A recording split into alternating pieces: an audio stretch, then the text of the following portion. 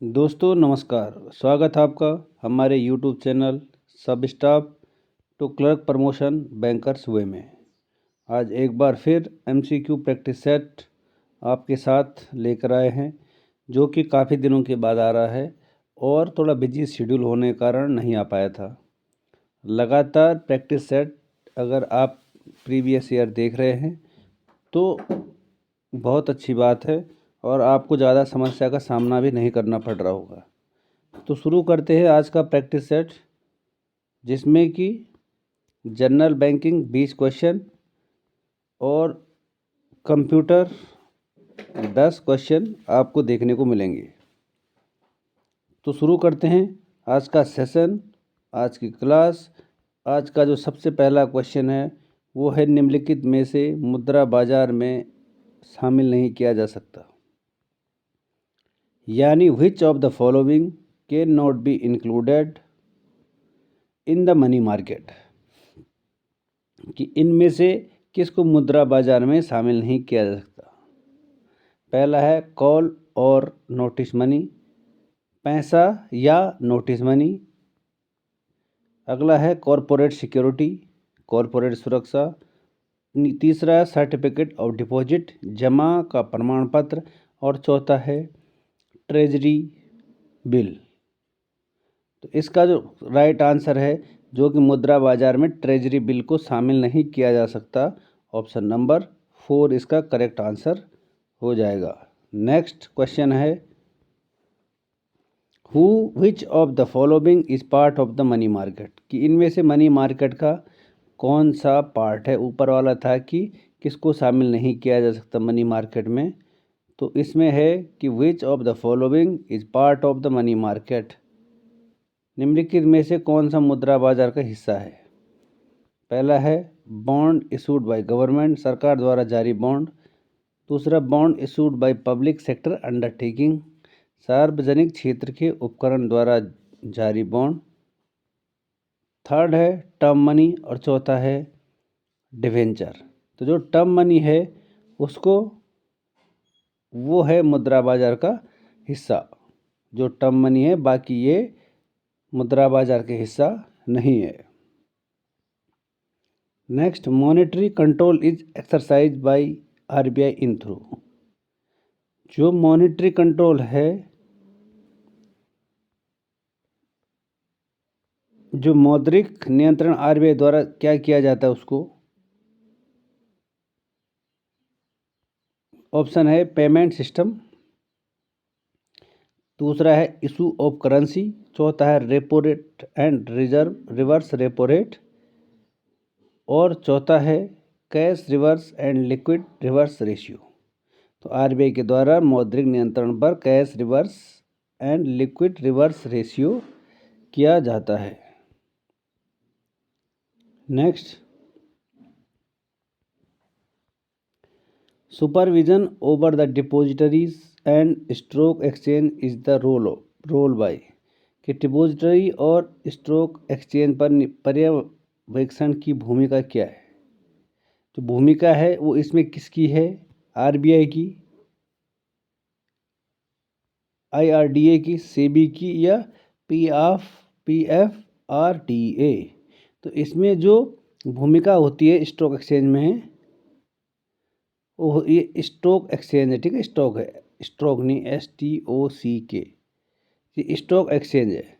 तो इसमें अगर जो मैं भूमिका आपको बताऊं तो वो सेबी की होती है। आपको पता है स्टॉक एक्सचेंज में security exchange board of India, उसकी भूमिका होती है। Next, which of the following does not match, निम्नलिखित में से कौन मैच नहीं है। Regulatory of insurance market, IRDA, किसको IRDA रेगुलेट करता है। नेक्स्ट, मैच नहीं है वो बताना है। Next, regulatory of capital market, SEBI. तीसरा है regulatory of money market, RBI। और चौथा है regulatory of forex market, SEBI. तो इसका करेक्ट आंसर है इनमें से ये वाला मैच नहीं है, रेगुलेटरी ऑफ फॉरेक्स मार्केट, ये मैच नहीं है।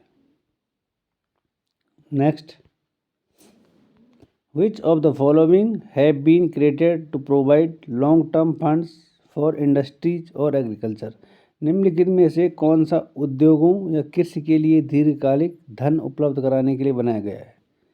कि जो कृषि और उद्योगों के लिए धन उपलब्ध कराता है वो किसके लिए बनाया गया है, कौन है वो? Mutual fund.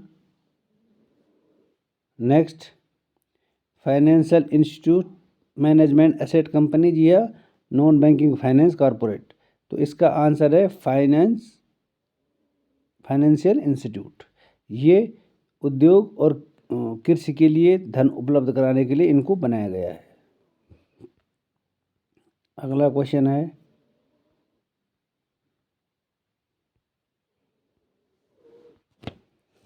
Which of the following function is not carried out by RBI? इनमें से आरबीआई द्वारा कौन सा फंक्शन नहीं किया जाता? Bankers of government, raising deposit from public, lender और लास्ट रिसोर्ट्स टू बैंक्स, और चौथा है मैनेजमेंट ऑफ गवर्नमेंट्स डेबिट्स। तो इसका जो करेक्ट आंसर है वो है रेजिंग डिपॉजिट फ्रॉम पब्लिक। जो आरबीआई है वो पब्लिक से कोई भी धन इकट्ठा नहीं करती, वो बैंकों का बैंक है वो। अगला क्वेश्चन है, the corporate securities held in electronics from instead of physical form by. Corporate सुरक्षा भौतिक रूप के बजाय इलेक्ट्रॉनिक्स में आयोजित की जाती है। कहाँ की जाती हो? रजिस्ट्रार में, कस्टोडियंस में, डिपॉजिटरीज में या म्यूचुअल फंड में। तो जो कॉरपोरेट सुरक्षा भौतिक रूप से जो इलेक्ट्रॉनिक में आयोजित की जाती है वो की जाती है डिपॉजिटरीज में। Option number 3 is the correct answer. Next, urban cooperative banks are controlled by. जो शहरी सहकारी बैंकों का जो नियंत्रण है वो किसके द्वारा किया जाता है? नाबार्ड के द्वारा, सेंट्रल गवर्नमेंट एंड नाबार्ड, या आरबीआई और नाबार्ड के द्वारा, या स्टेट गवर्नमेंट और नाबार्ड के द्वारा।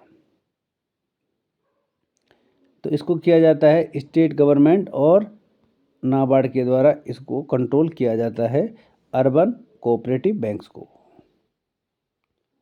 नेक्स्ट,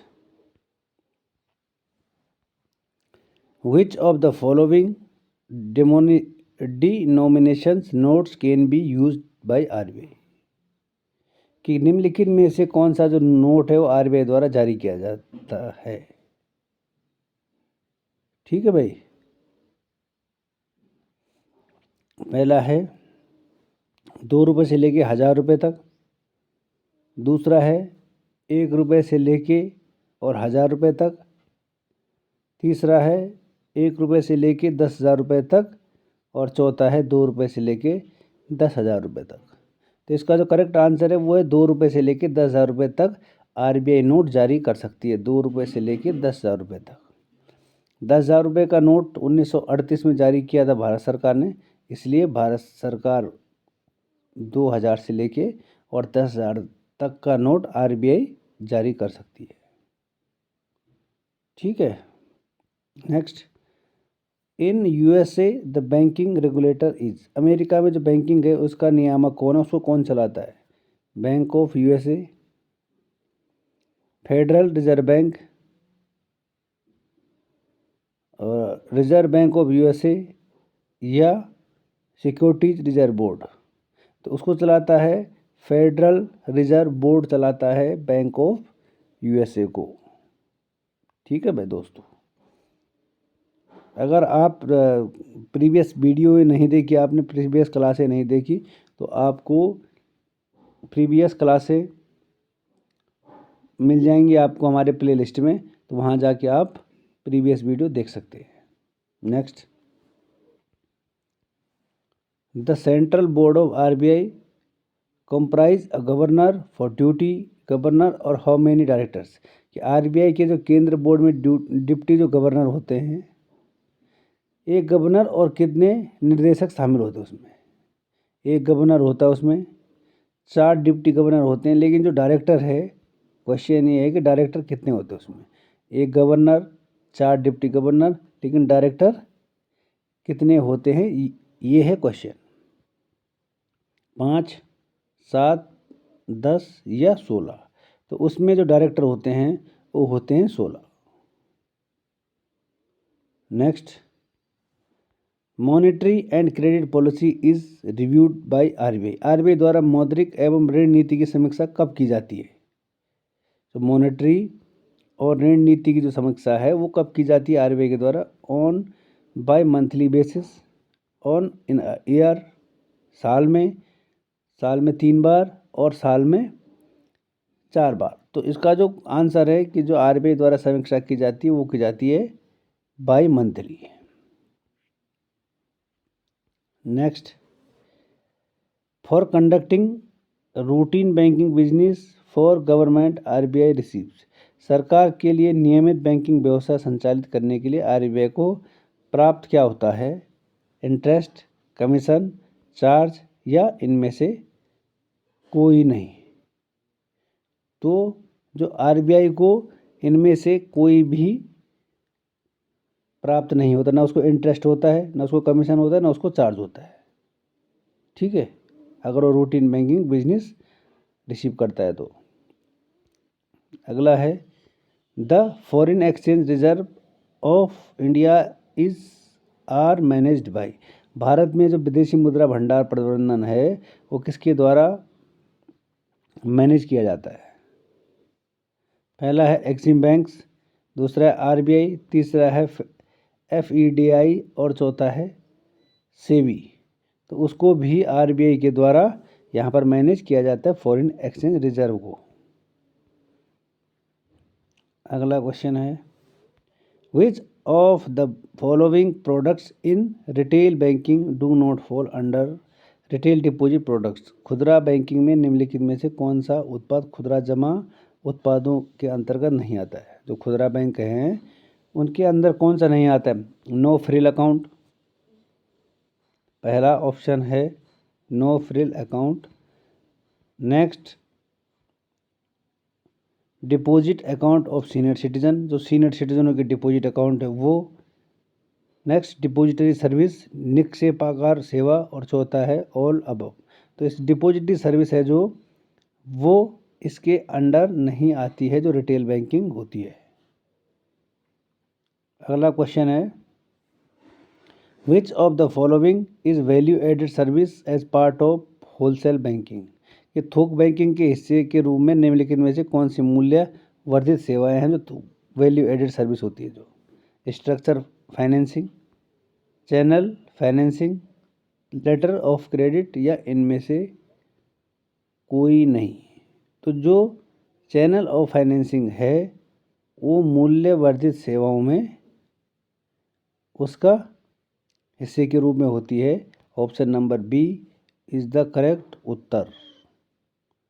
और अगर आप चैनल पर पहली बार हैं तो चैनल को लाइक, शेयर और सब्सक्राइब ज़रूर करें, क्योंकि वीडियो लगातार आपके लिए क्लासें आ रही है, तो आप सपोर्ट ज़रूर करें।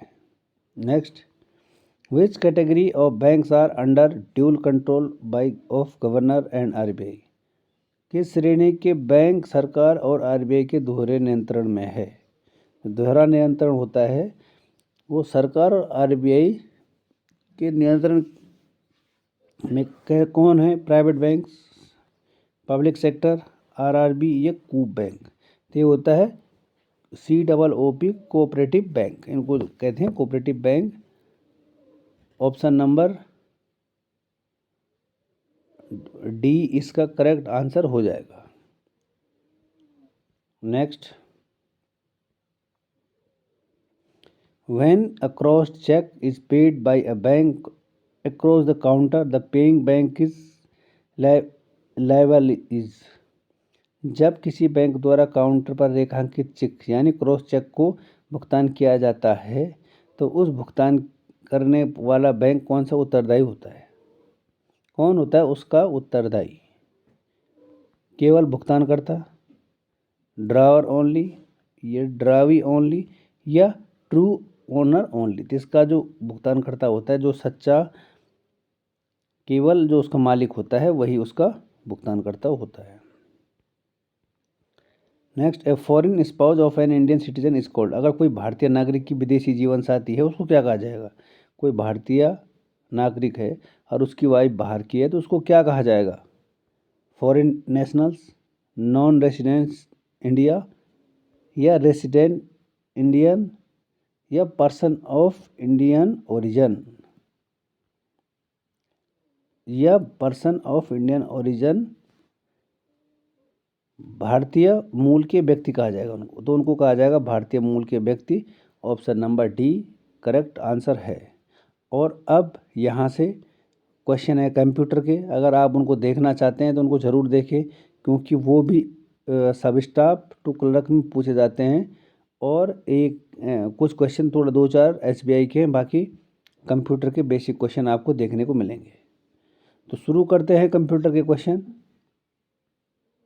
पहला अगर 2-3 क्वेश्चन तो एसबीआई के जो सीबीएस स्क्रीन के छूट गए थे। CBS screen for ATM request, ATM request के लिए अगर करना है तो सीबीएस स्क्रीन में 9583 ये सीबीएस स्क्रीन के लिए है। नेक्स्ट, अगर आपने सीबीएस स्क्रीन पे फॉर रिमूव मैसेज को रिमूव करना है तो 9097। अगला, सीबीएस स्क्रीन पर यूज़र ब्रांच इंक्वायरी, अगर आपने यूज़र की ब्रांच इंक्वायरी करनी है तो उसके लिए जो नंबर हो जाएगा वो हो जाएगा 9669600। Next, CBS screen for password change, अगर आपने पासवर्ड चेंज करना है तो उसके लिए 9750। अगला, CBS screen for reset password 9760। पहले अगर आपने पासवर्ड चेंज करना है तो 50 और रिसेट करना है तो 60। और कैप्चरिंग पीपीओ डिटेल, जो पीपीओ की डिटेल होती है एक सर्विसमैन की, उसकी अगर आपने डिटेल लेनी है तो उसके लिए 9765। तो ये थे आपके सीबीएस स्क्रीन नंबर। और यहाँ से आपको क्वेश्चन मिलेंगे कंप्यूटर के जितने बचे होंगे। विच of the following is the smallest unit in data in a computer, computer में सबसे छोटी इकाई कौन सी होगी? ये है आज का कंप्यूटर का पहला क्वेश्चन। बिट, केबी, निब्बल या बाइट? तो इसमें जो सबसे छोटी इकाई होगी वो हो जाती है आपकी बिट। कंप्यूटर में सबसे छोटी इकाई होती है bit. Next, which of the following of physical device of computer, निम्नलिखित में से कौन सा कंप्यूटर का भौतिक उपकरण है? इनमें से कंप्यूटर का कौन सा भौतिक उपकरण है? हार्डवेयर, सॉफ्टवेयर, या सिस्टम सॉफ्टवेयर, या पैकेज? तो इसका जो भौतिक उपकरण है हार्डवेयर, जिसको हम टच कर सकते हैं या छू सकते हैं। अगला क्वेश्चन है, the brain of any computer system is, किसी भी कंप्यूटर सिस्टम का मस्तिष्क होता है ALU arithmetic logic unit, CPU central process unit, या कंट्रोल यूनिट। ये इनमें से कोई नहीं। तो इसका जो ब्रेन होता है वो होता है CPU central process unit, option number B. जो कंप्यूटर का ब्रेन होता है उसे कहते हैं सीपीयू। अगला क्वेश्चन है, which of the following valid storage device, इनमें से वैलिड स्टोरेज डिवाइस कौन सी है? CPU central process unit, keyboard, pen drive, या ट्रैक बॉल?